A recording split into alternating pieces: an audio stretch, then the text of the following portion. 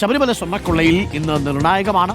അറസ്റ്റിലായി 90 ദിവസം പൂർത്തിയായതോടെ സ്വാഭാവിക ജാമ്യം നേടാൻ മുഖ്യപ്രതി ഉണ്ണികൃഷ്ണൻ പോറ്റിയും മുൻ എക്സിക്യൂട്ടീവ് ഓഫീസർ ഡി സുധീഷ് കുമാറും ഇരുവരുടെയും ജാമ്യ ഹർജി ഇന്ന് കൊല്ലം വിജിലൻസ് കോടതി പരിഗണിക്കും. സ്വാഭാവികമായും ജാമ്യം അനുവദിക്കും.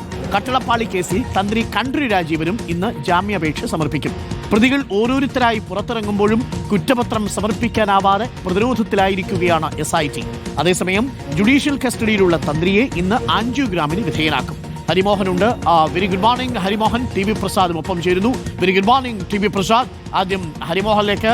ഹരി, ഇന്നിപ്പോ സ്വാഭാവിക ജാമ്യം തേടി പ്രധാനപ്പെട്ട പ്രതികൾ പുറത്തിറങ്ങും. അതിൽ ഒന്നാമത്തെ പ്രതിയായ ഉണ്ണികൃഷ്ണൻ പോറ്റി ഒരുപക്ഷെ ഇന്നു തന്നെ, അതല്ലെങ്കിൽ പരമാവധി നാളെ ആയിരിക്കും ജയിലിൽ നിന്ന് പുറത്തിറങ്ങുക.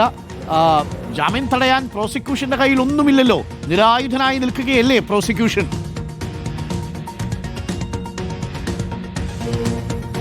തീർച്ചയായിട്ടും ഒരു കാര്യത്തിൽ ഒരു സംശയവുമില്ല. കുറ്റപത്രം സമർപ്പിക്കാൻ എത്രത്തോളം വൈകുന്നോ അത്രത്തോളം പ്രതികൾ പുറത്തിറങ്ങുമെന്നുള്ള കാര്യത്തിൽ ഒരു സംശയവും വേണ്ട. അതിൽ ഏറ്റവും പ്രധാനപ്പെട്ട ഒരു പുറത്തിറങ്ങലാകും, അല്ലെങ്കിൽ ഏറ്റവും പ്രധാനപ്പെട്ട പ്രതികൾ ഒരാൾ എന്നുള്ള നിലയ്ക്ക് തന്നെ പറയാൻ കഴിയുന്ന മുഖ്യപ്രതിയായിട്ടുള്ള ഉണ്ണികൃഷ്ണൻ പോറ്റി ഇന്നിപ്പോൾ ഒരുപക്ഷെ, അതായത് കൊല്ലം വിജിലൻസ് കോടതിയുടെ മുമ്പിൽ കട്ടിളപ്പാളി കേസിൽ ഉണ്ണികൃഷ്ണൻ പോറ്റിയുടെ ജാമ്യാപേക്ഷ കിടപ്പുണ്ട്. പക്ഷേ അതിൽ വിധി പറയുമോ എന്നുള്ള കാര്യത്തിൽ ഉറപ്പില്ല. പക്ഷേ ഒരു 2 ദിവസത്തിനുള്ളിൽ തന്നെ ഉണ്ണികൃഷ്ണൻ പോറ്റിക്ക് അതിലും സ്വാഭാവിക ജാമ്യം ലഭിക്കുമെന്നുള്ള കാര്യം ഉറപ്പാണ്. കൊല്ലം വിജിലൻസ് കോടതി ആദ്യഘട്ടത്തിൽ ദ്വാരപാലക പാളികളിലെ സ്വർണം കവർന്ന കേസിൽ ഉണ്ണികൃഷ്ണൻ പോറ്റിക്ക് ജാമ്യം നൽകിയിരുന്നു. പക്ഷേ രണ്ടാമത്തെ കേസ് കുറച്ച് ദിവസം വൈകിയാണ് രജിസ്റ്റർ ചെയ്തതെന്നുള്ളതുകൊണ്ടാണ് ഈ കട്ടിളപ്പാളി കേസിൽ ഇന്നലെ മാത്രം 90 ദിവസം തികഞ്ഞത്. അത് ഇന്ന് കോടതിക്ക് മുൻപിൽ വരുന്നുണ്ട്. ഇന്നൊരു പക്ഷേ വാദം കേട്ട ശേഷം നാളെയോ മറ്റന്നാളോ ആകും ഒരു പക്ഷേ വിധി പറയുക. പക്ഷേ ഉണ്ണികൃഷ്ണൻ പോറ്റി പുറത്തിറങ്ങുന്നത് അന്വേഷണ സംഘത്തെ സംബന്ധിച്ച ഇതുവരെ ഉള്ളതുപോലെയല്ല, മുരാരി ബാബുവോ ശ്രീകുമാറോ പുറത്തിറങ്ങിയതുപോലല്ല. വലിയ തിരിച്ചടിയാകുമെന്നുള്ള കാര്യത്തിൽ സംശയമില്ല. കാരണം ഈ കേസിലെ ഏറ്റവും നിർണായക കണ്ണി എന്ന് പറയാൻ കഴിയുന്ന വ്യക്തി കൂടിയാണ് ഉണ്ണികൃഷ്ണൻ പോറ്റി. പോറ്റി പുറത്തിറങ്ങുന്ന സമയത്ത് ഈ സാക്ഷികളെയോ അല്ലെങ്കിൽ ഏതെങ്കിലും വിധേയന അന്വേഷണത്തെയോ സ്വാധീനിക്കുന്ന തരത്തിൽ, ബാധിക്കുന്ന തരത്തിൽ ഇടപെടാനുള്ള സാധ്യത തള്ളിക്കളയാൻ കഴിയില്ല എന്നുള്ളതാണ്. പക്ഷെ അപ്പോൾ പോലും കോടതിക്ക് സ്വാഭാവിക ജാമ്യം നൽകാതിരിക്കാൻ കഴിയില്ല എന്നുള്ളതാണ്. കാരണം കുറ്റപത്രം 90 ദിവസം കഴിഞ്ഞിട്ടും സമർപ്പിക്കാത്ത സാഹചര്യത്തിൽ ഏതൊരു പ്രതിയുടെയും അവകാശമാണ്, നിയമപരമായ അവകാശമാണ് സ്വാഭാവിക ജാമ്യം എന്നുള്ള കാര്യം ഇതേ കോടതി തന്നെ കഴിഞ്ഞ ദിവസം മുരാരി ബാബുവിന് ജാമ്യം നൽകിയ ഘട്ടത്തിൽ പരാമർശിച്ചിരുന്നു. അത് തന്നെ ഉണ്ണികൃഷ്ണൻ പോറ്റിയുടെ കാര്യത്തിലും നടപ്പിലാകുമെന്ന് തന്നെയാണ് നമുക്ക് കരുതാൻ കഴിയുക. അതുപോലെ തന്നെ മുൻ എക്സിക്യൂട്ടീവ് ഓഫീസർ ഡി സുധീഷ് കുമാറിന്റെ ജാമ്യ ഹർജി, അതിൽ ഇന്ന് വിധിയുണ്ടാകും. അതായത് 2 കേസുകളിലും സുധീഷ് കുമാറിനെ അറസ്റ്റ് ചെയ്തിട്ട് 90 ദിവസം പിന്നിട്ടിരിക്കുന്നു.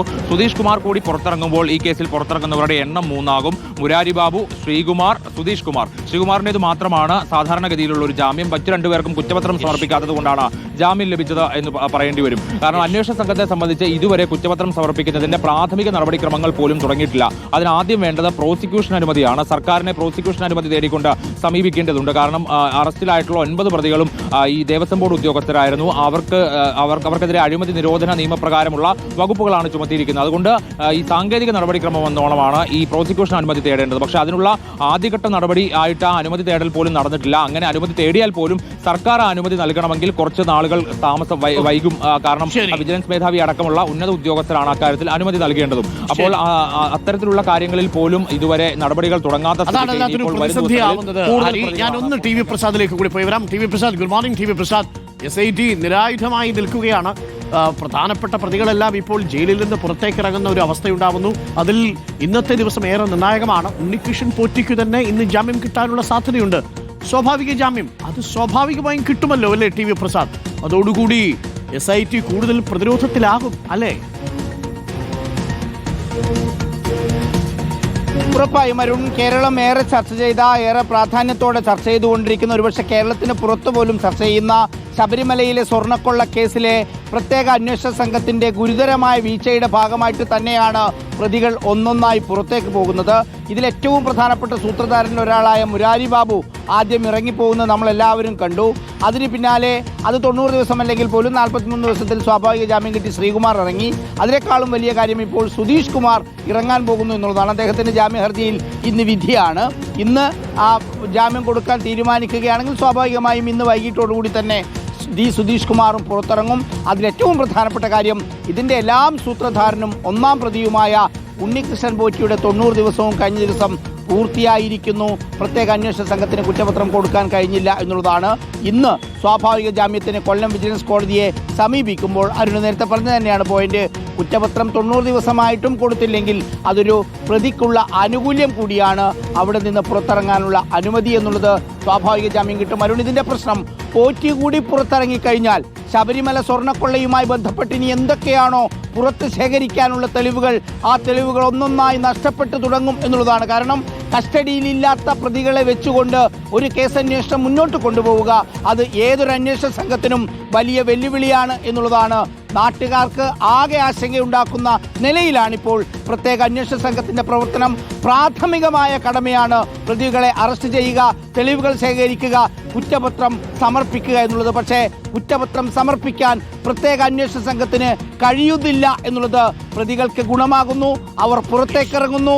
വരുന്ന നാളുകളിൽ ഒരുപക്ഷെ വലിയ ചർച്ചയാകാൻ പോകുന്നത് പ്രത്യേക അന്വേഷണ സംഘത്തിന്റെ ഈ വീഴ്ച തന്നെയായിരിക്കും. അരുൺ, വളരെ പ്രധാനപ്പെട്ട കാര്യമാണ്. ടി വി പ്രസാദ് ഇപ്പോൾ പറഞ്ഞതുപോലെ ഉണ്ണികൃഷ്ണൻ പോറ്റിയും പുറത്തേക്ക് ഇറങ്ങിക്കഴിഞ്ഞാൽ പിന്നെ എങ്ങനെ ഇവരെ അന്വേഷണം മുന്നോട്ട് കൊണ്ടുപോകും?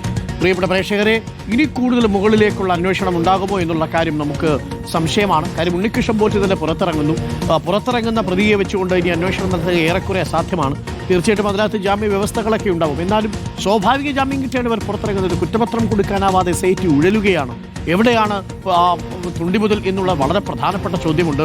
സ്വർണം കണ്ടെത്താനാവാതെ, തുണ്ടിമുതൽ കണ്ടെത്താനാവാതെ നിങ്ങൾക്ക് മോഷണക്കേസ് പ്രതിയെ പിടിച്ച് അകത്തിടണമെന്നുണ്ടെങ്കിൽ മറ്റു ചില വഴികളൊക്കെ സ്വീകരിക്കേണ്ടി വരും. അതിനൊക്കെ വളരെ കൃത്യമായിട്ടുള്ള മാപ്പുസാക്ഷിയൊക്കെ കിട്ടേണ്ടി വരും. ഇവിടെ ആരാണ് മാപ്പുസാക്ഷിയാവുക?